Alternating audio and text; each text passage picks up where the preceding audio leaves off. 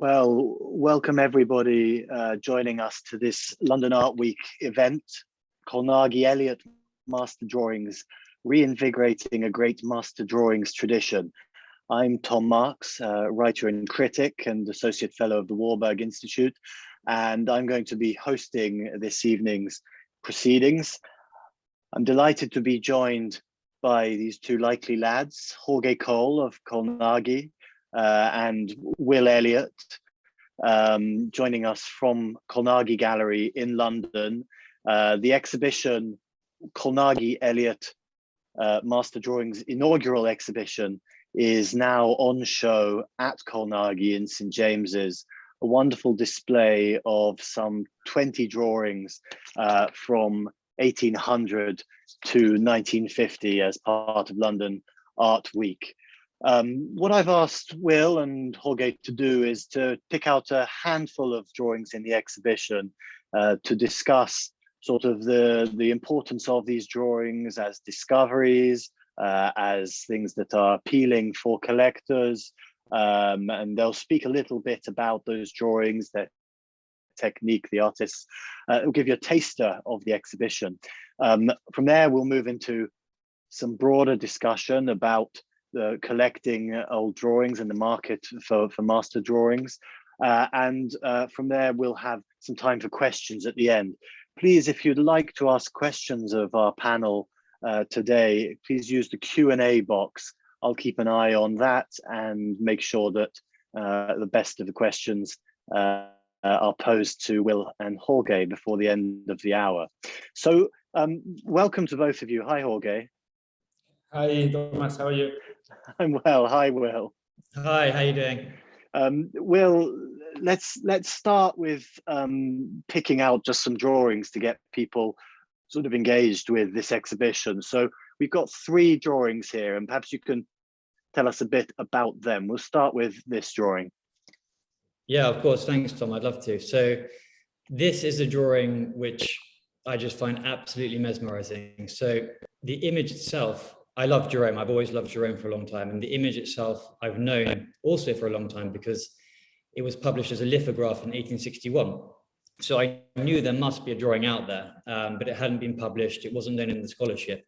And then when I was looking through the auctions, as I usually do, in a small French auction, this popped up and my jaw absolutely dropped. And I thought, wow, I have to get this drawing because it's the drawing I've always been thinking about. If I'm honest, that's genuine. And it's just a wonderful image in and of itself. But beyond that, it's very important within Jerome's oeuvre, who of course is a major name in the 19th century. And it dates to 1856, which is Jerome's first trip to Egypt. He fell in love with Egypt. He visited 7 times, but this is from his first trip. And so it's one of his earliest on-the-spot Orientalist drawings. And what he did is he rented a barge and he sailed on the Nile with 3 friends, and he spent his time hunting and fishing, as you do. And in between that, he found time to draw. And what's really interesting about this drawing, and it comes from a series of about 12 to 15 drawings, which are portraits, is that it's not a preparatory work. It's not done for a painting. It's done in and of itself as a way of capturing someone who Jerome met or saw and found interesting and wanted to depict. And although we don't really know anything about this woman, there's some really interesting inscriptions which give us her name, Ayush. You can see it just there in the Latin alphabet and then again in Arabic. And it's been cropped in this photo, but we also know because of an inscription that she was drawn in Luxor, which is on the southern stretch of the Nile, it's the ancient site of Thebes. And we know that she was drawn in early 1856 and that she was from the Hijaz in Saudi Arabia. So how she ended up in Egypt, who knows? But for me, it's just really a stunning image that I can look at all day. And then also beyond that, it has this context, I think, this backdrop, which really brings it alive. So for me, that's definitely a firm favorite. Can you just tell us a little bit more about this Arabic inscription? Is that's a later addition to the drawing, perhaps? But it's very interesting because when you look at other drawings from this series, so there's, as I say, there's only about 12 or 15. There's a great one in the Getty, there's a great one in the Met as well. And some of them have this Arabic inscription, others don't. So it's not on all of them. And I don't think it's Jerome's hand. I don't think he spoke or wrote in Arabic. So yes, it's a later inscription, but who did it, I'm not sure. I know this drawing was owned by Aimé Moreau, who was also a great painter, and he was Jerome's son-in-law. But also I don't think it's him. So when these inscriptions were added, I can't say, but clearly they're old, and they're probably 19th century. We'll come back later perhaps to the subject matter and kind of the interest in drawings from a sort of period of travel, colonialism, and the supply of those drawings that you've been able to find at auction and elsewhere. But the next drawing is also relevant for that discussion. So perhaps we move on to that. Yeah, this is really interesting. So again, I found this in a French auction, and the auction house catalogued it as English School 19th century. And I saw it, and again, I just loved the image, and I knew, one, it wasn't English, and two, it wasn't 19th century, but I didn't know who it was by. I just thought it was such an appealing, striking, beautiful image. And so I managed to win it, and it turned up. I unwrapped it, loved it, was really happy. I gave him the attribution. And Jorge, yeah, I called Jorge, and he said, this is who it's by. But no, I turned it around, and on the back there was an old label, which the auction house had missed, unbelievably, and it said Magda Nachman, and I'd never heard of her. Googled her, saw clearly she was the artist, and then I looked into her, and she had this really incredible life, which incorporated all the major events of the early 20th century. So she was born in St. Petersburg. Her father was a Lithuanian Jew. Her mother was a Baltic German, and she was born into affluence. She came from a wealthy family.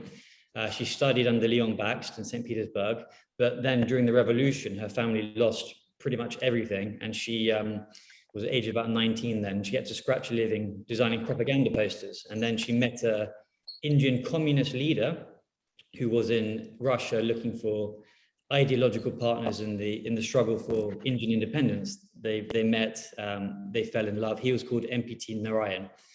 Anyway, they moved to Berlin in 1922, and they stayed there for about a decade. But of course, with the rise of National Socialism and Hitler, Berlin clearly became a dangerous place for someone of Jewish ancestry and someone of dark skin. And so they tried to move to India, but which was of course under British control. But the British saw her husband as a dangerous subversive, so they kept him under surveillance, and they really had to battle to get passports. But eventually they got them, and they arrived in Mumbai, then Bombay, in 1936. And she very quickly became part of the local art scene and became quite a reasonably important figure on the scene and exhibited regularly. And this is interesting because it's it's the earliest drawing we know of her from her Indian period. So on the label that I mentioned, it was dated 1936. So yeah, it's certainly one of her earliest Indian works, if not the earliest. And again, like the Jerome, for me, it's, the starting point is the image. It's a really beautiful, striking, strong image. And then when you go beyond that, it's got this marvelous context. So in a way that sort of encapsulates my dealing philosophy, if I can be so bold as to claim to have one, which is you always start with the image. That's the starting point. That's what grabs you. That's what engages you. But when you buy something that's a great image, it's by a great artist. And there's usually a great story there. You just have to look for it. And so I love combining great images with great stories. I mean, this isn't meant to be a back-patting exercise, but I will congratulate you on the catalogue that I've got here, because actually what you've got here is 20 drawings that you've done a heck of a lot of research on, and artists like Nachman, who really are going to be fresh to a lot of people looking at them. There's a sense in which you're struck by the image, but you're really then going down into a really important little rabbit hole of research on them. This is a portrait from life, presumably, perhaps for a painting you suggest in the catalogue? Well, it's possibly linked to an oil painting, but the painting itself is definitely from 1946, a decade later. But when you compare the painting with the drawing, it seems that it's the same sitter. So it may have been a connection of Nachman, someone she knew. I can't really say. Her life is still, her Indian period is still quite mysterious. Her earlier period is much better documented. But again, it has this sort of enigma, and you have this sense that she, was really interested in this man and capturing his essence and his individuality. I mean, can I ask you, did the two of you know of Nachmann's work before? I'd never heard of her. I'd never heard of her. And actually, that's a sort of current theme in some of the things I buy. Like I said, I always try and buy the image, and often, honestly, I've never heard of the artist. And then that's the fun for me, because you learn something new. You learn about a new artist. And Nachmann, no, I hadn't heard of. And actually, interestingly, her works are incredibly rare. Most of her works are in Russian state museums or in private Indian collections. And this is the only drawing. I say ever, but this is the only drawing that I found that's been on the market. If you go onto sort of the art net, there's nothing by her. I couldn't find anything. So it really is a sort of fortuitous discovery in some ways. In a way, this is one of the exciting things of this exercise that I also did like 10 or 12 years ago with the Spanish culture, where you are able to show with new eyes masterpieces that they somehow have been overseen or forgotten, and that's what makes it more interesting, no? I mean, this is a fascinating story, I would say, probably for any collector, but also for a museum. I mean, you think about the strands, not just the image in itself, but the strands of art history that are entangling here. The story of a Russo-Lithuanian Jewish woman married to an Indian communist, with an Indian subject painted or drawn, sorry, at the cusp of the Second World War. Is this one? Do you think this one will go to a museum? Well, it's one that I can say is going to a museum. We can't say which one just yet, but hopefully at some point we will be able to. But yeah, it's going to a great institution, and all those points you just touched upon, it really fits into the collection from all those different angles. So the institution it's going to is almost the perfect home for it in terms of what they already have and how this is going to be contextualized within their collection. So I'm really happy with the outcome of this one. We'll watch out for that announcement. Okay, so the third drawing that you've selected, something a bit different. This is a bit different, yeah. This is a Portuguese artist, Fonseca. Again, I'd never heard of him, but I thought it was really quite an unusual academic study. I mean, firstly, it's a really imposing, powerful, strong sheet. And again, that's the aesthetic I kind of like. But beyond that, I find it quite quirky, almost quite idiosyncratic, because obviously we all know what an academic study looks like, and they're very beautiful, but they can be almost a bit static or stilted. And I felt that this one had a lot of dynamism and almost life in it. And, looking at the sitter's face, he's got this very intense look, almost quite strange. And that really drew me in. And then just in terms of quality, it's really exceptionally good. If you look at the way the artist Fonseca has articulated the ligature in the leg, or the indentation in the elbow, it's really, really well done. The artist himself, like I say, he's Portuguese. I mean, I know very little about Portuguese art, Portuguese 19th century art, but he's a big name within that school. Went to Rome in the 1830s, and this was drawn in Rome, probably as part of his academic training.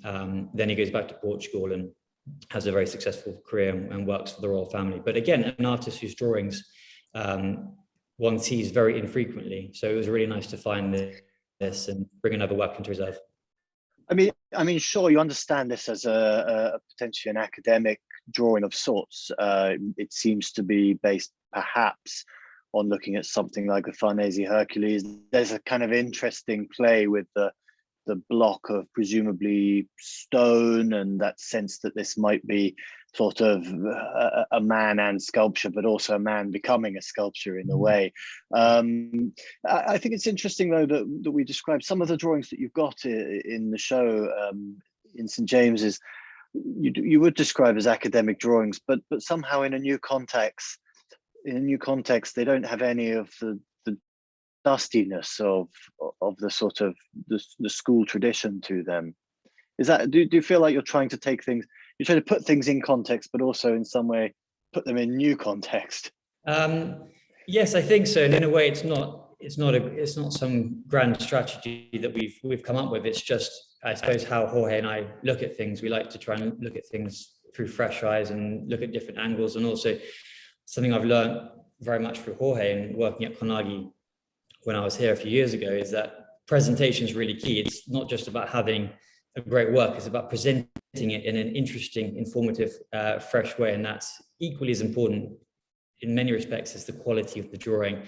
But yeah, I mean, I just like, for me, before I loved art, I loved history. And so my way into art history was through history. So when I first started looking at art, I actually preferred reading about it. I liked understanding how art fitted within its context, how social, political, economic events manifested themselves in the art. So I always loved reading about it and writing about it. And of course, the visual side as a dealer is incredibly important. And now that's just as important as the contextual side. But yeah, the sort of how the art fits into its time has always been something that really has fascinated me.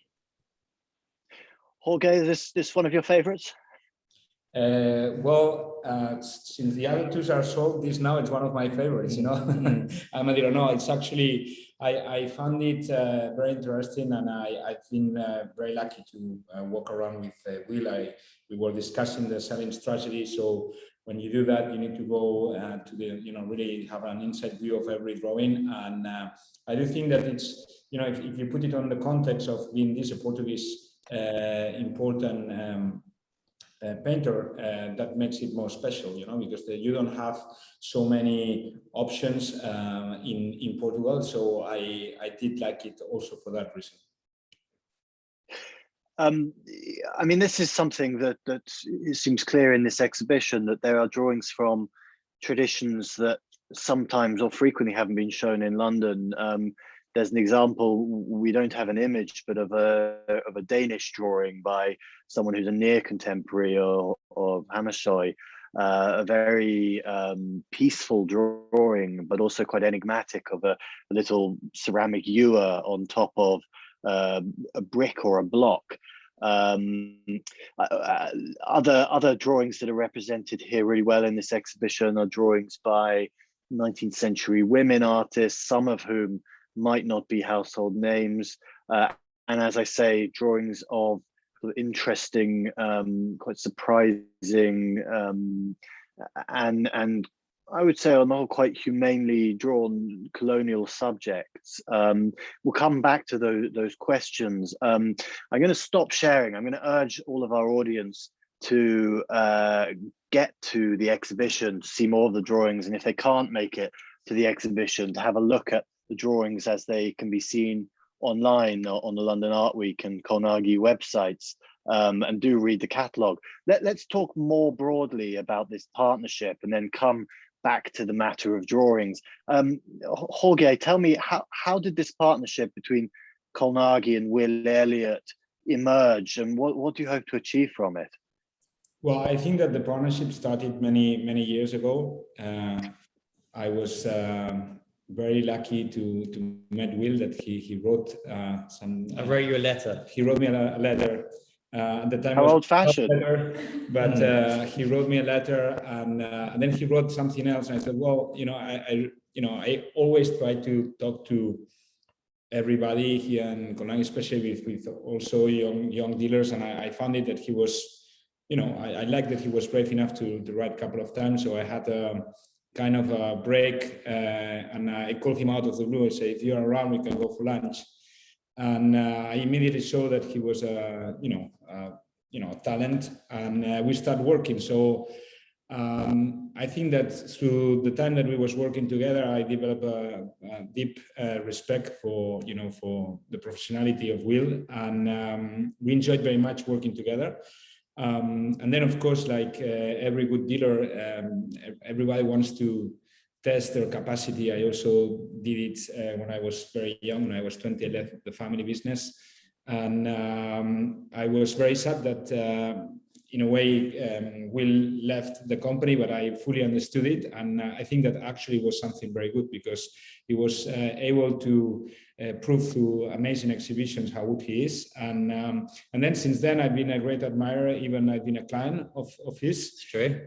One of my best clients. One of the best clients. And then it was just natural to try to work together, because we understand the art world in a very similar way. I think that we have different skills, and that can be combined together. And today, nowadays, the art market, it's a difficult environment, and it's just I think that joining forces, it's an intelligent way to try to be closer to success. So Will, you've played a blinder here. You wrote a letter to Jorge. You ended up working for Jorge. You stopped working for Jorge and started selling art to him, and now you're his business partner. It's all, yeah, worked out in a nice way for me. I didn't plan any of this. It just it all happened that way. Exactly. But in terms of what Colnaghi Elliott Master Drawings will focus on, I mean, this exhibition is specifically drawings from 1800 to 1950. You know, how many exhibitions are you planning to do a year? What will your specific focus in the field of drawings be? Sure. So I think to start with, of course, as Jorge mentioned, I was at Colnaghi, so my background is very much all masters, and that's not a field I've abandoned. I still love the old masters, but very early in my independent dealing career, I realized I couldn't buy the best old masters because I was competing with Jorge and other big galleries, and so naturally I started to look into other fields, and I realized that the 19th century was a fascinating area, because outside of the big names, the big movements, you get great quality, you get great artists who you can really bring to life, and the price quality discrepancy is very favorable. So I started to really focus on this area. It was all new and fresh to me, so it was exciting for me as well, not just strategic. And that all went very well, and I've really enjoyed it. And so now I feel like I want to really double down on the 19th century, early 20th century. So that will be probably the focus of what we do, but we're not going to limit ourselves to just that. And in a way, that was also part of the appeal to me of doing this collaborations, because my own dealing is increasingly focusing on the late 19th century, whereas I feel this is an opportunity for me and us to be broader again. So I wanted to start the first exhibition 1800 to 1950, because that's the chronology that I feel comfortable with now, that I know that I have clients for. But I think longer term, we'd like to broaden out a little bit as well. So if a great old master drawing, if a great Tiepolo or Guercino comes our way, then we'd love to show that too. So I think this first show gives a good idea of what we want to do, but not it's not a reflection of the only. You're not gonna say boo to a Tiepolo. No, exactly. That's fine. Exactly. But Jorge, tell me, I mean, as you know, Colnaghi itself, I mean, such a historic firm, one of probably 2 or 3 of the most historic dealerships. What has been the relationship between Colnaghi and the trade in drawings or master drawings? How firm a tradition is that, and is this something that you want to revitalize? Well, absolutely. I mean, when I bought Colnaghi back in 2015, Catherine Bellinger was doing an amazing job for the, let's say, the drawings department or the drawings company of Colnaghi, and obviously I didn't have the expertise, and I didn't want to step into that big legacy in the wrong way. So I was really waiting to find a solution where we could offer, really museum quality and also in a fresh way. So when after seeing, Will's work for these 2 years, I really thought that that's what I wanted to do. I think that people knows us for being brave and for always trying and experimenting. So obviously, as Will is saying, this is a very nice period, and it's also very accessible for new collectors, which is important, and that's something that we care. But at the end of the day, it's a matter of quality, and the history of drawings at Colnaghi, it's about quality. We've sold Raphael's, we sold Michelangelo's, Leonardo. So, not that there are so many available anymore, but for sure, if we have the opportunity and we get confidence on what we're doing, that certainly the results of this first exhibition, they are already encouraging us to go further. We will start broadening our offer. I think that it's just fair, no? Actually, the company started as an engraving and drawings dealer. We only went to all masters on the late 19th century. So for more than 100 years, we were dealing in engravings and drawings. So that's kind of, now we have an opportunity of kind of paying back our legacy.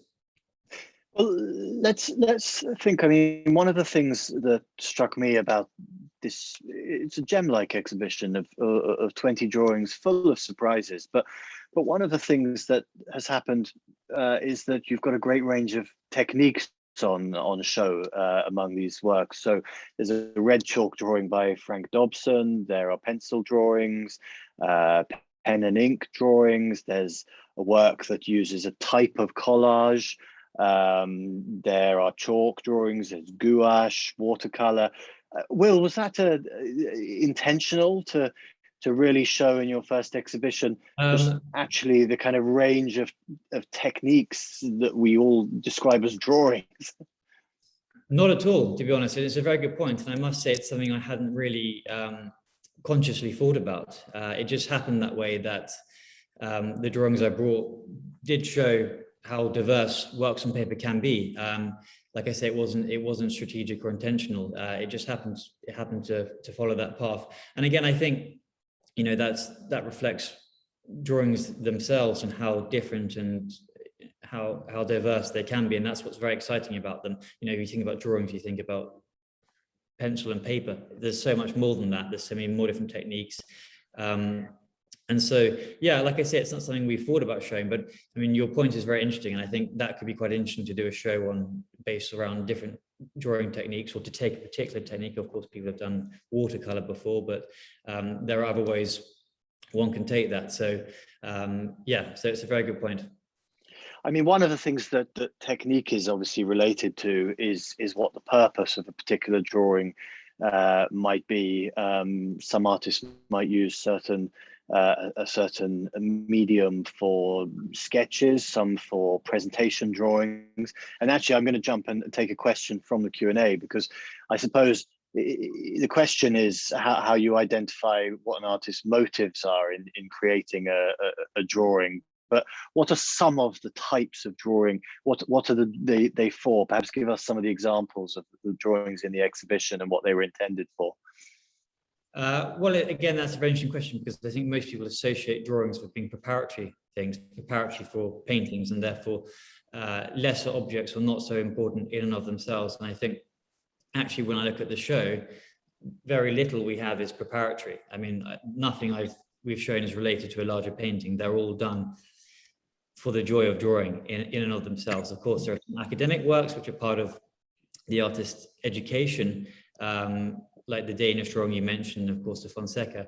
But beyond that, all these drawings are autonomous things. They're just done for themselves. And I think that's very important to think about, that drawings were seen by artists not just as inferior things used to create a composition or create a painting, but they did them because they enjoyed doing them, they loved doing them. They're a different way to express their artistic sensibilities. So so yes, I think that's also a very good point, and one to think about further.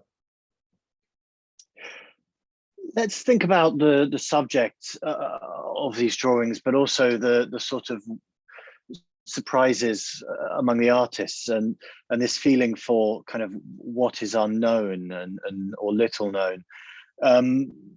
I mean, is it your feeling, both of you really, I don't know who wants to take it first, that there really are specific aspects of the tradition, the drawing tradition, that have been neglected by institutions, and that there are quite a lot of gaps to fill here? I mean, Will, perhaps for a start, thinking about the number of works by women in the exhibition? Well, I don't know if it's necessarily a drawing specific thing. I think there are things in art history, whether that's painting, sculpture, drawings, which have been neglected, certainly.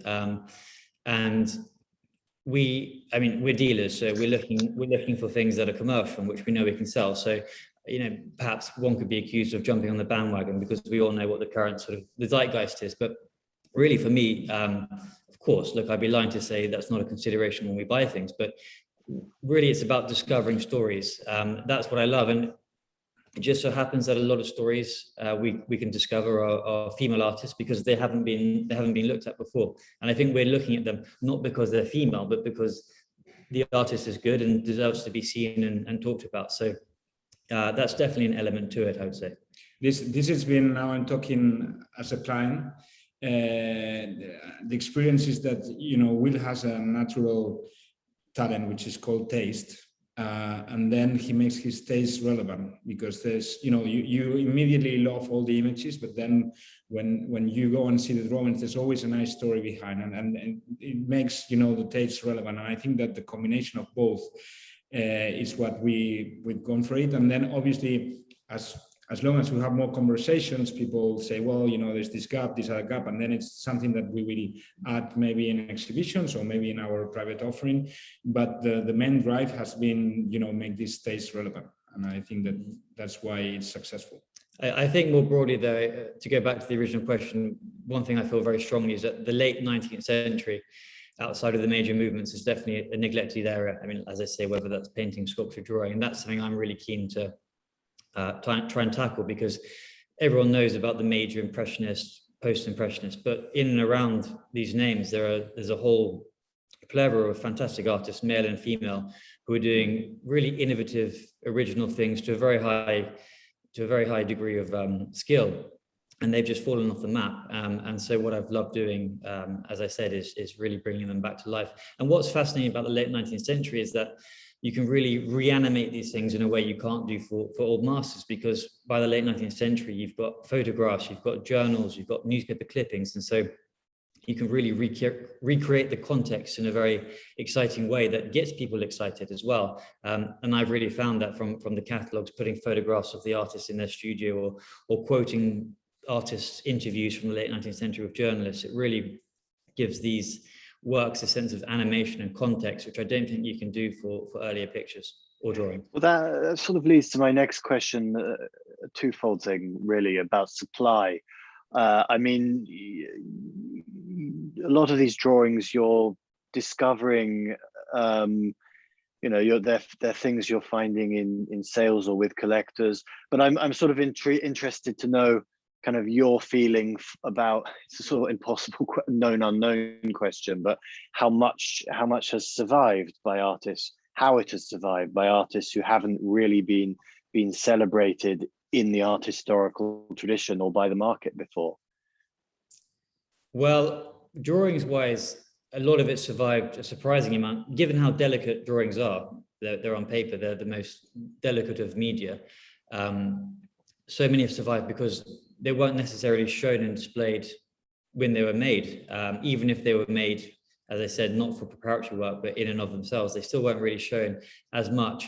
And of course, collectors would buy them, but then they'd put them into albums. So they weren't framed and hung on the wall and subject to light damage. They were kept enclosed in albums and books. So that's how a lot of them have survived. And for the late 19th century as well, it's surprising the number of things that have remained with the artist's descendants. The artists die and they have a studio cell, but the descendants keep the works. And a lot of the drawings I find have sort of passed down the hands of the artist's son, grandson, great-granddaughter, and then they're finally put on the market after 100 years. So when that's the case, the works are often extremely fresh. Jorge, I wonder if you can contrast or compare that with the supply of quality paintings to the market, the supply of drawings coming onto the market. Well, I mean, I'm not an expert on the supply for drawings. I know that, for what the conversation I've been having lately with collectors is that, for instance, the old master drawings, it's quite hard to find good examples. I think that if we should compare it by periods rather than mediums.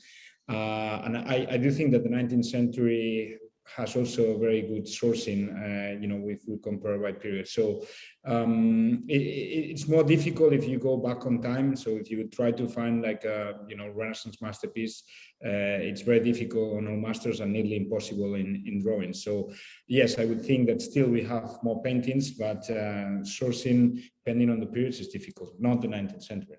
No, I mean, that's one of the things that has really surprised me, is that without exaggeration, every week there are really great quality drawings and paintings that are coming up at auction in small auctions that I can buy, or are coming to us through other dealers. So the supply in the late 19th century is, and that's important, very strong. That's very important, because to create a market you need to have a certain movement, which is, otherwise if you cannot provide enough content to the market, then it gets some way a little bit static. So this is a very dynamic market, and it makes it more interesting. And then the second part of this initial question about supply, back to Will again. A lot of these drawings, they're sort of direct, they're observational by artist travelers. You mentioned when we were talking about the Jérôme, the number of French travelers to Egypt in the mid-19th century. You think this is contemporaneous with Flaubert and Maxime Ducamp traveling to Egypt. I suppose there's a sort of interesting thing that there perhaps are more representations of that encounter between the Western artist and the African or Middle Eastern or Asian subject in drawings than there may be in studio paintings. It seems that that's something that you're finding as you do this work. Well, again, that's been something that I've always been interested about. It's cultures meeting, and obviously in the 19th century, the meeting is not in balance. It's Western colonialism. So, of course, the context of these things is often a negative one. But that aside, what I'm really interested in is, as I say, cultures meeting, different people meeting, and the paintings and drawings I try and acquire are ones where it's just a meeting between two people. It's an artist meeting someone from somewhere else who they're interested in, and they're interested in their physiognomy or their individuality, and want to depict them in a very direct and immediate way. So that's what I'm drawn to. Of course, it's very important to think about the context. That's essential, and there's no way I'd ever brush that aside, or there's no reason to. But for me, it's just, for me, what I love is just a very direct meeting between two people. We can't forget that actually engravings, around the 17th and 18th century, maybe even in the 16th century, they were like a, really communication or way that art could travel. If you check the Reinvigorated art or the South American art, sometimes you have seen paintings that they look Flemish, and it's actually because the engravings were there, and they were using that kind of medium as an inspiration. Just thinking about collecting drawings, moving away from the sort of the supply of drawings in the market. The traditional image of the drawing collector, the collector of works on paper, is of a very connoisseurial collector, the drawing cabinet and so on, the type of collector who has been satirized historically in France in the 19th century, for instance. Do you feel like drawings remain a purely connoisseurial field? Do they have a wider appeal for collectors today, Will?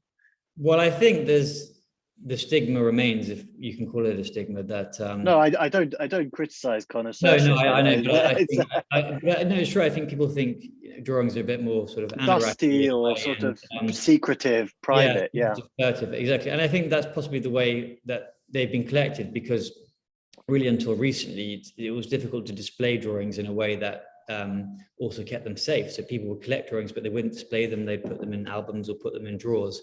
And so I think that engendered a very connoisseurial context to the collecting. And of course, I think the connoisseurial element is very important, whether that's drawings or paintings or sculpture or whatever else. So I think people still see them as connoisseurial, but what we're trying to do is show, as I said, great images, and I think that goes beyond connoisseurship. I think it's also important to say that the connoisseurship, the academic side, should always be there, but one doesn't need to start with it. One can just start with a great image, and then if someone wants the connoisseurial side or the academic side, it's there. I think the other thing, though, is all master drawings are very connoisseurial, particularly because they're attributionally very complex, and so collectors collect them because of the fun one can have looking at attributions, whereas paintings, of course, can be attributionally complex, but deciphering different hands is a little bit more straightforward. With drawings, there's so much,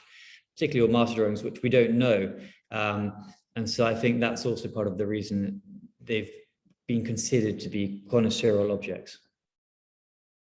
Also, in a way, it's our obligation, no? That's why we have this platform to make drawings and our, let's say, our knowledge available for all the publics, and that's one of the missions. If you only work with certain connoisseurs, I think that you are not doing all what you can do for this field. And we, through our online capacity and obviously from the different galleries we have, we need to meet new people, and obviously drawings, you can find them at more accessible prices. And I think that it's a way to, people need to understand which are the mechanisms of collecting. And I think that, the way to start is through drawings. Again, most of the paintings I'm selling, I like them, but I cannot afford to collect them. Well, I was going to say, I mean, one of the reasons why drawings have appealed to scholars, other than their sort of scholarly connectivity with paintings, with each other, with attribution, with mystery, and so on, is because they've been affordable to scholars who can't always afford. They're not all like Dennis Mahn buying incredible collections of Baroque paintings. Absolutely. I mean, that's one of the key scenarios, because obviously, having this kind of quality, we've sold already 4 or 5 drawings. We sold 4 drawings, two to institutions. So drawings, 1 is reserved, and 2 institutions. So what we are saying here is that we sell in museum quality, and it's actually very accessible. So it's a good way to start collecting. Yeah, I mean, there you go. Drawings is something that even museums these days can afford.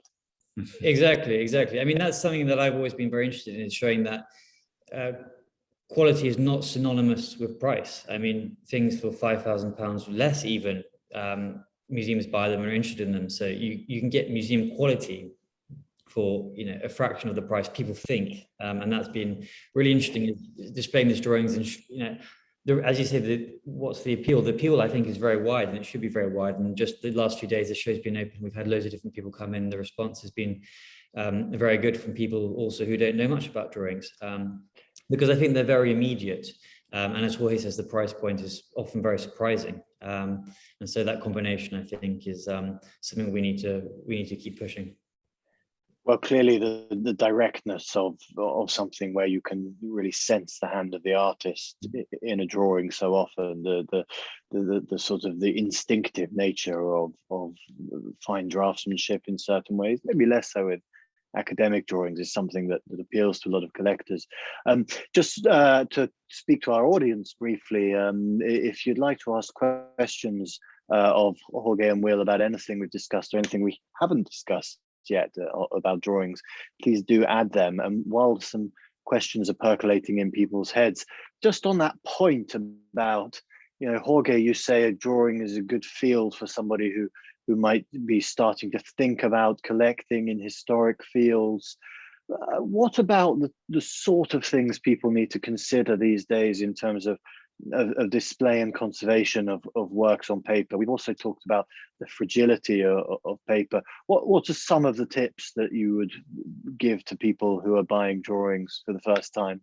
Well, obviously, light, it's always the biggest issue, or the biggest, you shouldn't be exposing drawings to light, but I think that beside that, there's not a big deal on the drawings. No, I don't think so. I think obviously, as don't put it in a window in direct sunlight. But other than that, I think you can hang these drawings and enjoy them.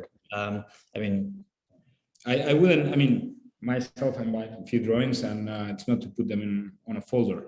It's just to enjoy them. You need to find the right place, not direct light. And again, I think what I was trying to say is that when you start collecting, you need to understand which are the different steps that you need to make. Maybe reading, checking condition, understanding which is the right value. So all of those exercises you can start doing at the drawings, and then in a way you start getting confidence, and that maybe you buy in drawings by Guercino, and one day you want to buy a Guercino because meaning oil on canvas, because you have already understood all what you need to look about that artist and which are different mechanisms. So I find that also very interesting. Also, for the company. On the conservation side, I mean, one thing I often think about is that, of course, when you own the drawing yourself, you want to protect it and display it properly. But I think people over fetishize condition. I think condition has become such a big thing in the market. Of course, condition is important. I don't downplay it, but when I buy things for myself, I'm not really that worried. Either I love the drawing and it's stable and it's not going to deteriorate, or it's not. And if it is, and it's got some foxing or tearing into a crease, it doesn't bother me. So I think people, for some reason, have really over fetishized it. And everything we buy, obviously, we buy things in good condition. It goes without saying, but it's not something I spend too much time worrying about. And I think other people shouldn't either. Have you done any conservation work on these drawings, or you just sort of as they are? Not at all. I mean, there's different ways to approach it, but I prefer to buy the drawing, and if it desperately needs conservation, then do it. But if it desperately needs conservation, then probably don't buy it. Because I prefer to present them as I acquire them, and drawings, as Jorge says, we're trying to approach new collectors, but existing drawing collectors have their own thoughts on conservation. So I prefer to present the drawings as they are. And if a collector feels like they want to conserve it, they can. But otherwise they should hang it as it is. Maybe. Yeah. I mean, sometimes you reframe the drawings because you want them to look more contemporary, on the contemporary taste. I mean, of course, a frame can change the view of. Well, framing is essential. You need to have a good frame or understand framing, because you can have a great image, and the wrong frame will really denigrate it in the way that the wrong frame won't detract from a painting, but from a drawing, if it's displayed in a horrible frame, or a great frame but that doesn't suit the drawing, then you're really going to mar its visual impact. What frames have you chosen for the exhibition, or are some of them the frames as bought, or you moved them into specific frames? A bit of a mix. I mean, often when I find a good frame in auction, I buy it and I just keep it, and then one day I know it will work for a drawing. So I've got a sort of selection of antique frames that I use. Sometimes you get lucky and the drawing comes in a perfectly good frame, or a frame that needs a bit of renovation but is good enough. Also, framing is quite a personal thing. I think just find a good framer who you know and trust. And often I go to the framer and I don't know really what I want. I just put the drawing on the table and we try several different frames, and we see what works best. And over time, you get a knack for it. You know what's gonna look good and what's not. But yeah, the framing is very important. Okay, let's have a look at some of the questions in the Q&A box. We've got 5 or 10 minutes left, so please do add any more questions that you have into the Q&A. So a question about the extent to which different techniques, different media of drawings, does that coincide at all with the value of drawings? Is a red chalk drawing going to be more valuable than a it's probably case by case. I think in general terms, no. If it's a great drawing, it's a great drawing no matter what the technique. But obviously certain artists, and I think this probably applies more for all master drawings rather than 19th century, are known for a particular technique. So thinking about Guercino, for example, of course, he was very strong in many different techniques, but as I understand it, I think a really beautifully worked up red chalk Guercino is particularly desirable. So I think it's a case by case thing rather than a general approach. So there are a couple of questions about the behavior of the market in both old master drawings, and a question about the behavior of the market for drawings in the 19th century. Well, let's ask the question directly. I mean, do you see a spike in the market for old master drawings in the immediate future? Are we going to have an NFT bubble for Guachinos and Tiepolos? Well, firstly, giving the caveat that I don't see myself as an old master drawing specialist. No. I feel like I know about old master drawings, but I wouldn't say I'm really deeply embedded in that field. I think in general terms, the market for old master drawings, like paintings, is getting quite difficult. Supply is hard. And if you have an old master drawing, in order to sell it quickly, it needs to be the best of the best quality. And as I said, we shouldn't over fetishize condition, but condition is of course important. So I think for old master drawings, if you have a great thing, it's going to be fine, but the middle market is really starting to drop out and struggle, just as it is in paintings. But I think again in the 19th century and going into the modern era, I think the market for drawings is very strong. The supply is there, the collector base is there and growing. I think, as we discussed, the prices for many of these are accessible, but as dealers, we're trying to grow this market too. So we're hoping we can strengthen this market in terms of prices, because when you look at the 19th century, the best quality, you can buy an amazing quality drawing for £5,000, and in the contemporary market or even the old master market, that doesn't get you far. So we want to push that, but as dealers, we also want to grow this market too. So I mean, I think it's really interesting the geographical range of drawings that you have in terms of almost all, I think there's one American drawing, but almost all European drawings, but from places that we might not otherwise see. And that's another factor here, that there might be local markets and with some specific collectors in Western Europe and America, but local markets for things like Danish 19th century painting, Norwegian painting. You have this drawing from a Portuguese artist. I mean, that Swiss painters of the 19th century, there are places in which international exposure hasn't been given to these artists for quite a long time. And it seems that there's a work to do in bringing those to a wider audience. Definitely. And also, I think linking that to the previous point you made, I think the market, whether it be old master drawings or forgotten 19th century artists, is becoming very image-based and story-based. I think there are a few great artistorical names which transcend genres and chronology, Rembrandt or Jorge or Guercino, who people actively look for these drawings. But beyond that, I think people just want great images, and they don't really care to a certain extent who it's by. Is it a fantastic image that I want to live with? Does it have a great story? Yes, then it doesn't really matter who the artist is. That's what I'm finding myself. And there we go. That links to the next question, which is in the chat box, which is actually, it's about whether clients are looking for big or identified names, but also it's about you. I mean, do you take a risk on an unidentified drawing? Will you buy something if you love the image, but don't really know about the artist or even the provenance, dare I say it?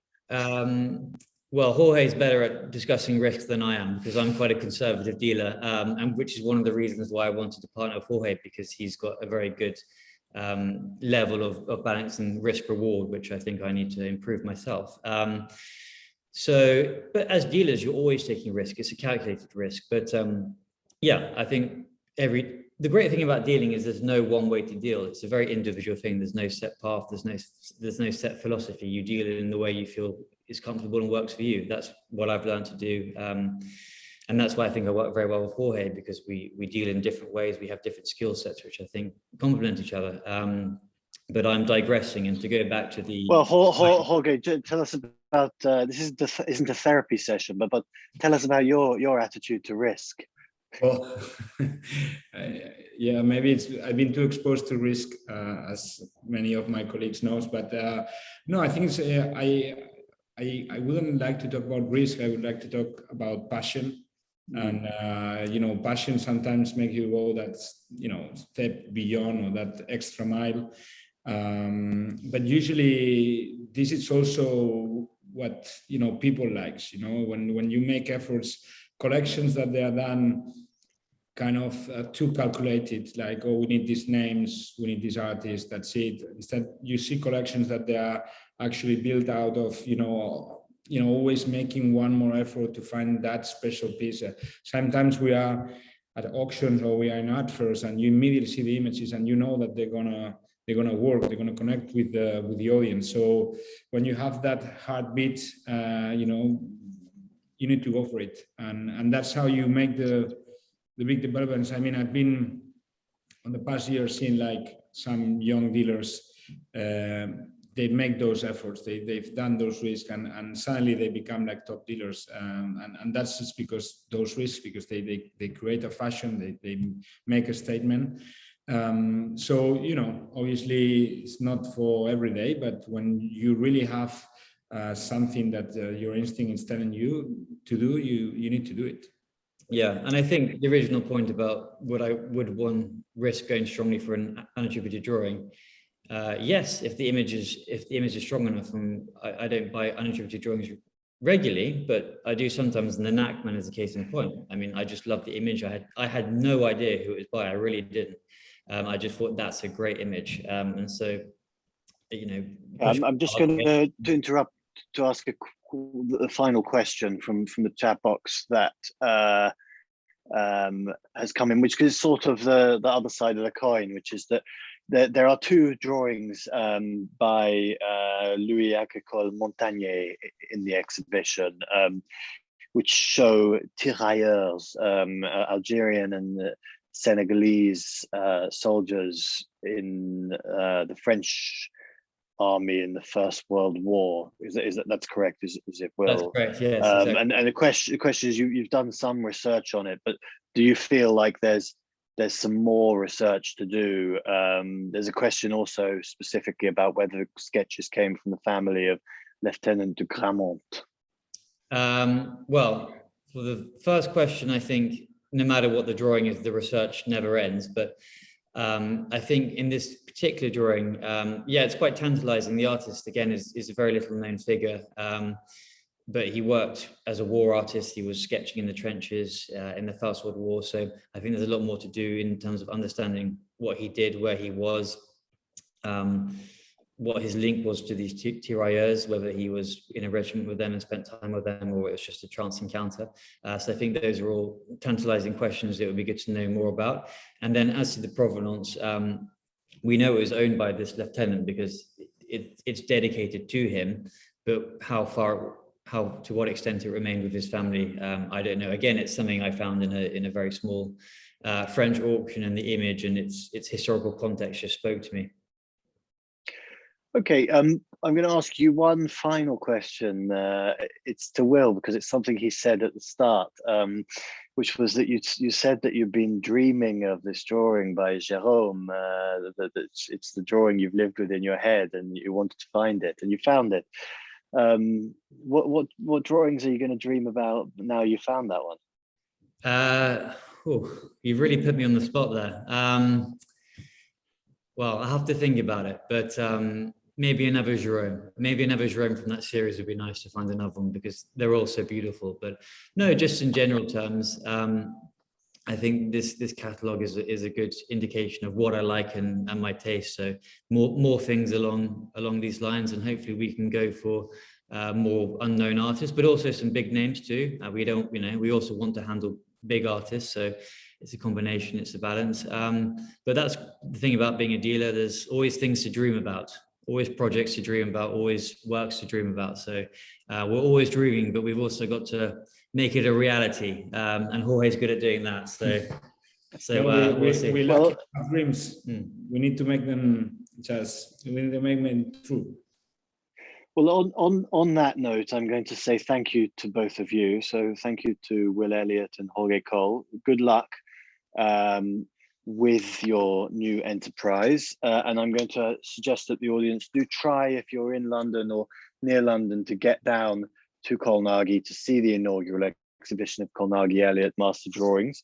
There are further London Art Week events taking place later this week. On Thursday, 6 p.m. BST, Emanuela Terrizzo will be in conversation with the curator from the Met, Elise Nelson, of the Capo Why-Born Enslaved exhibition. And on Friday at 5 p.m. there will be a discussion about Renaissance drawings for Flemish prints with Ketty Gotardo from the Coll and Martin Bassans in conversation with her.